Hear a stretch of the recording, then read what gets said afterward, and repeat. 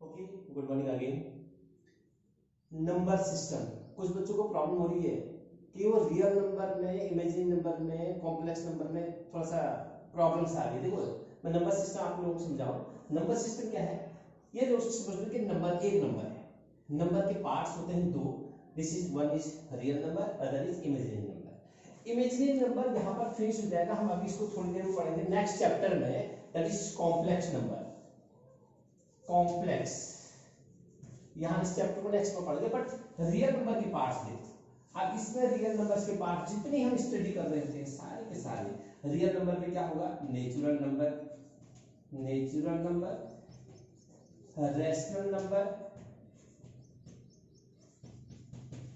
Integer, positive integer और negative integer both, fraction, mix fraction, vulgar fraction and everything. All number, जितने सारे number होंगे सारे के सारे रियल नंबर होंगे। होल नंबर इसलिए होंगे, होल नंबर भी मतलब बहुत और है, होल नंबर और भी जितने सारे नंबर होते हैं वो सारे के सारे रियल नंबर होते हैं। कुछ बच्चों को प्रॉब्लम क्या हो रही है, वो क्या करें, सर ये इंटीजर है और रियल नंबर होगा नहीं होगा। अरे ऐसा नहीं है कि इंटीजर रियल नंबर होगा। ये देखो रियल नंबर के जितने सारे पार्ट हैं ये सारे के सारे रियल नंबर होंगे। अब नेगेटिव इंटीजर वो भी रियल नंबर होगा, पॉजिटिव इंटीजर वो भी रियल नंबर होगा। यानी एक रियल नंबर एक आदमी समझ लो कि इसके सारे बच्चे हैं। नंबर एक नंबर है, उसके दो बच्चे हैं, रियल नंबर और एक इमेजिनरी नंबर। और इस रियल नंबर के इतने सारे और बच्चे हो गए, कौन कौन से, natural number, rational number, integer, fraction, mix fraction, vulgar fraction, whole number and all numbers. जितने सारे नंबर हैं वो सारे के सारे रियल नंबर होते हैं।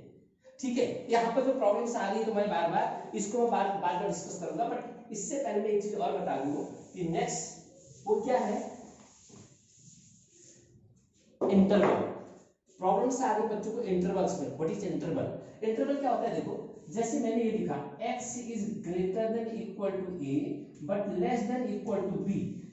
इसका मीनिंग क्या है, x a और b दोनों के बीच में लाई करता है। इसका मतलब एक चीज और सोच लो, यानी x इज बिलोंगिंग टू ये a कॉमा b।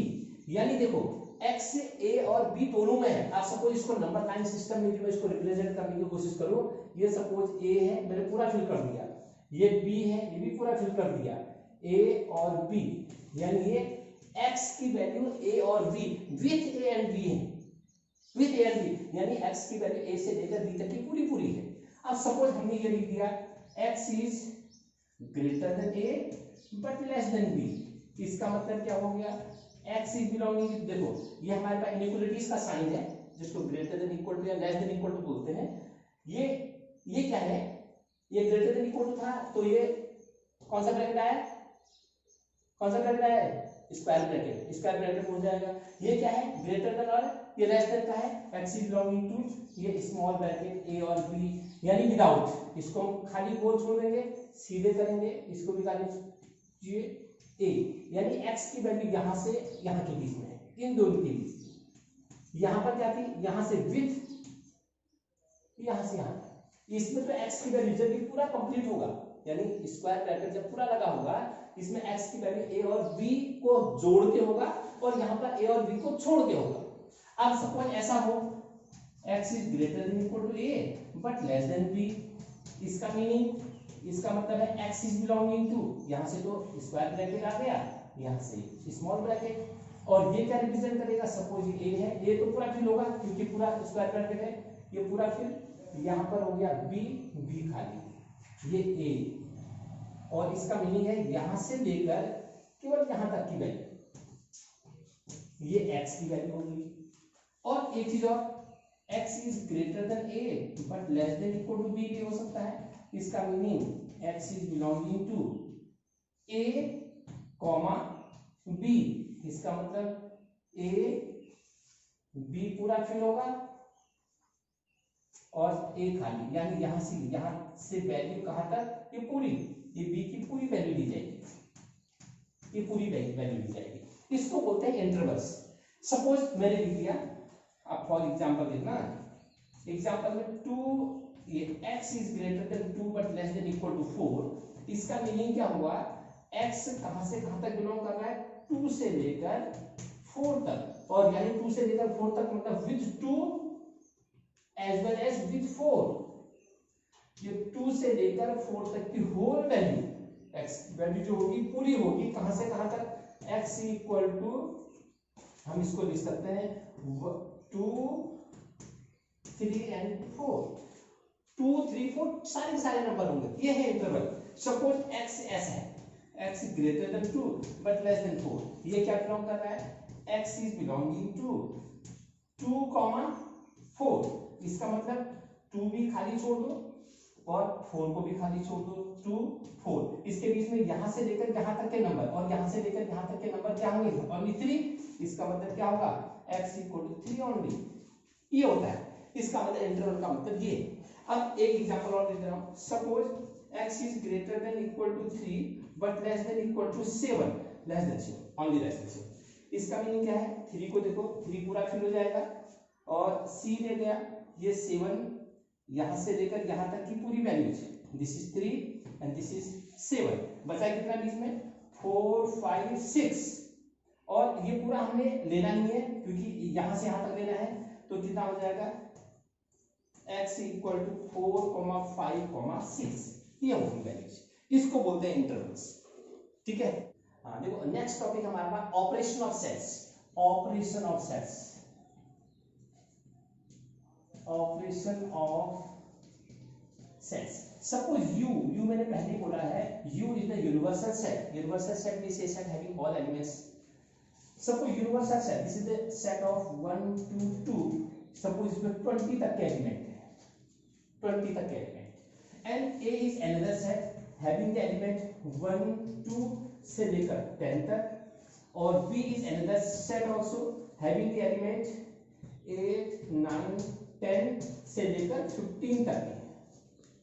सपोज ये हमारे पास एक सेट है, हम इसमें ऑपरेशन ऑफ सेट, सबसे पहले मैं पढ़ रहा हूं union of sets, union of sets, union of sets, तो क्या निकालेंगे, A union B, A union B से क्या होता है, वैसे इसका वर्ड है मींस टू एसोसिएट, जोड़ना, किसी चीज को जोड़ना, A और B में उन सारे चीजों को जोड़ दो जो 1 से लेकर 15 तक आए, लेकिन जो डबल हो ट्वाइस नहीं लिखना है, उसको सिंगल ही टाइम लिखना है, तो कितना हो जाएगा 1 2 3 10 तक, 10 यहाँ भी है तो और कहां तक 15 तक, जो कॉमन आ रहा है उसको एक ही बार लिखा जाता है, ये यूनियन ऑफ सेट का। नंबर 2 है intersection of sets, intersection of sets, intersection को डिनोट करते हैं A इंटरसेक्शन B, उल्टा, जो हमने यहाँ पे U टाइप बनाया था इसको उल्टा U लिख दो, ये इंटरसेक्शन हो गया। Intersection means which is common in both, इन दोनों में कॉमन क्या है, देखो यहाँ 1 2 8 9 10 सभी है, 8 9 10 यहाँ पे 8 9 10 मींस ये कॉमन कितना होगा, 8 9 10, 8 9 10, ये हमारे पास क्या हो गया, इंटरसेक्शन ऑफ सेट्स। अब देखो तीसरा difference of sets, difference of sets, difference of sets means A minus B, A minus B means elements which are present in A but not in B, जो एलिमेंट A में हो लेकिन B में ना हो, देखो A में क्या है 1 से लेकर 10 तक के हैं, यहाँ कितना है जो B में ना हो, देखो A में ये है तो B में कौन से नहीं हो, 11 12 13 14 15, तो कितना हो जाएगा 11, जो ए बी बना हो ना, बी बना हो 1 2 3, ये तो 8 से आगे को है तो 1 से लेकर 7 तक, 1 2 3 4 5 6 7, क्योंकि 8 से आगे को 8 9 10 11 12 15 तक यहाँ पर है। सेम ऐसे B minus A, B minus A means दो element which are present in B but not in A, जो B में तो हो लेकिन A में ना हो। अब B में ऐसे कौन से एलिमेंट है जो यहाँ हो लेकिन यहाँ ना हो, 11 से लेकर 11 12 13 14 एंड 15। इससे इंपॉर्टेंट चीज एक और है, वो है सिमेट्रिक डिफरेंस।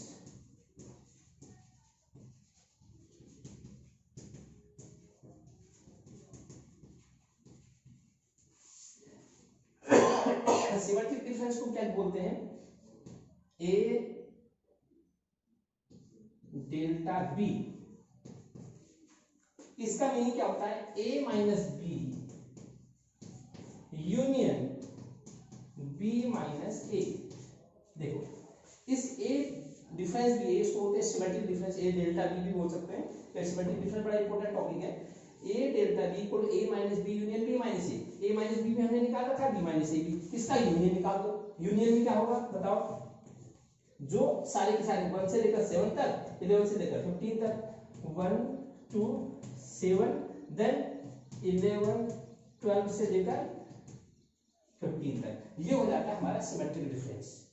यहां तक सिमेट्रिक डिफरेंस है। देखो नेक्स्ट एक अगले डेफिनेशन देखो आप, वो है कॉम्प्लीमेंट ऑफ सेट्स।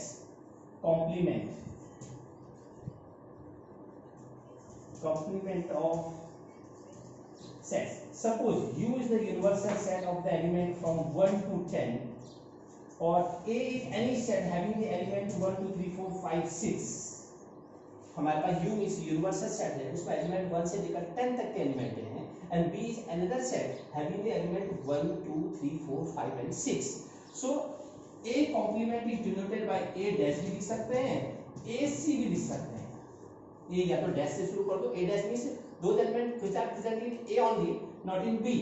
अब देखो यहाँ पर जो है कि वो जो इस पर प्रेजेंट ही ना हो, जो यहाँ हो, यानी कितना हुआ, A dash मींस यहाँ के एलिमेंट को हटा दो कि बचा क्या 7 8 9 10 element which are present in the universal set but not in A में नहीं होने चाहिए, इसको बोलते हैं A कॉम्प्लीमेंट। A कॉम्प्लीमेंट के बाद अब यहाँ तक तो हमारे पास ये खाली डेफिनेशंस हैं, न्यूमेरिकल पोर्शन इसके बाद आते हैं, बट मैं थोड़ा सा इसको वेन डायग्राम के फॉर्म में आपको कन्वर्ट करके दिखाऊं। देखो वेन डायग्राम क्या चीज है, वेन डायग्राम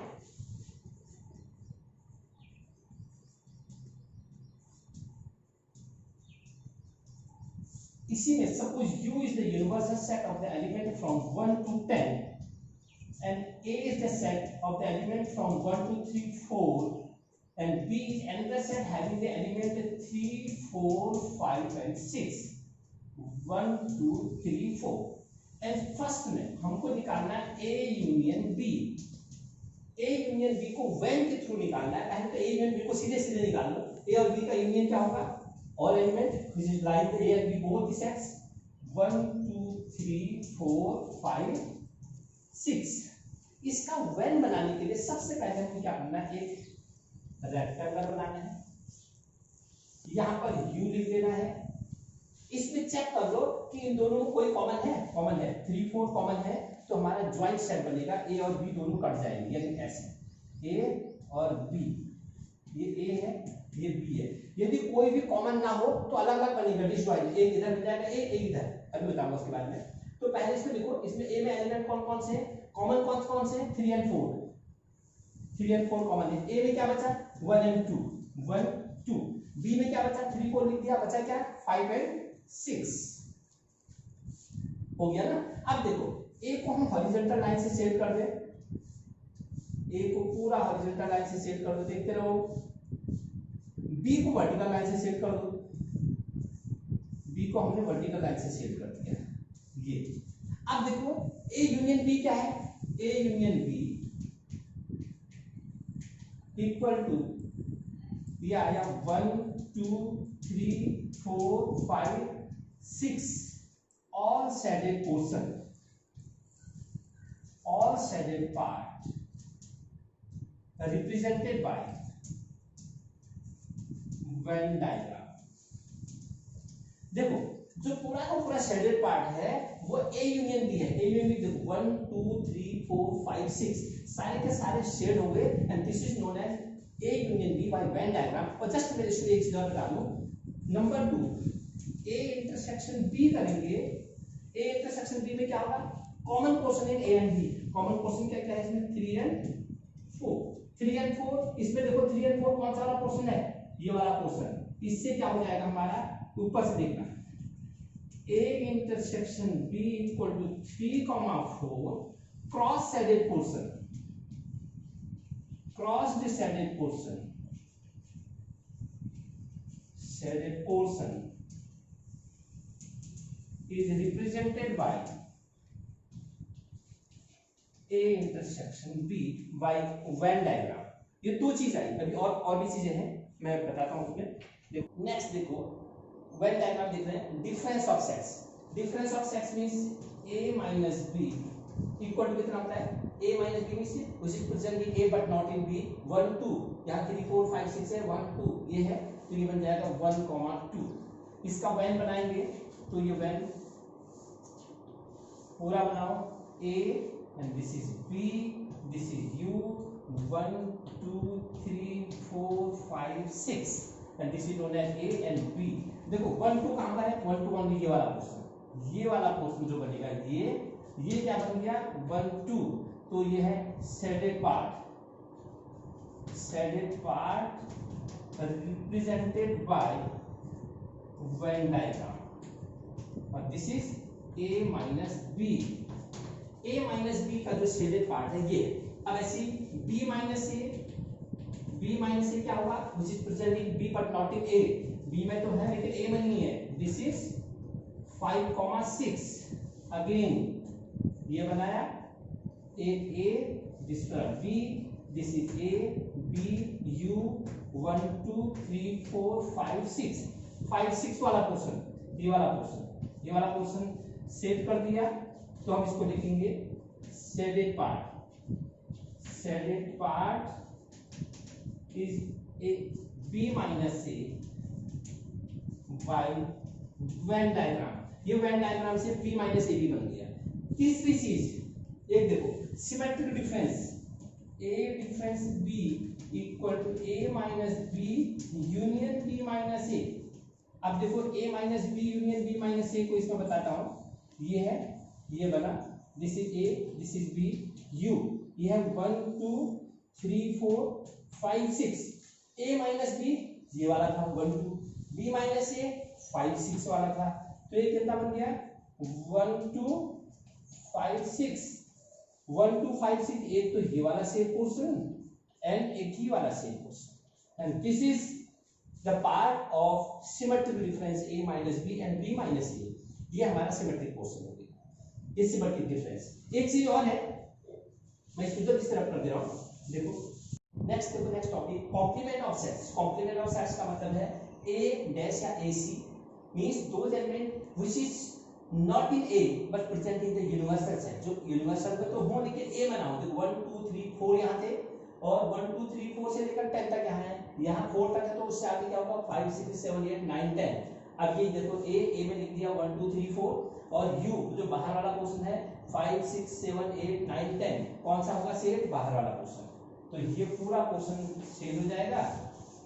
ये वाला पोर्शन, ये देखो ये जो बन गया हमारा, this is known as a dash, तो a dash means 5 6 7 8 9 10 represent by Venn diagram. ये वेन डायग्राम से शो हो गया, बस इसमें वेन डायग्राम का रिप्रेजेंटेशन यही है। बाकी इसमें न्यूमेरिकल क्वेश्चंस हैं, न्यूमेरिकल क्वेश्चंस सॉल्व करो, जो एक्सरसाइज के बेस पर हो उसको मुझे बताओ।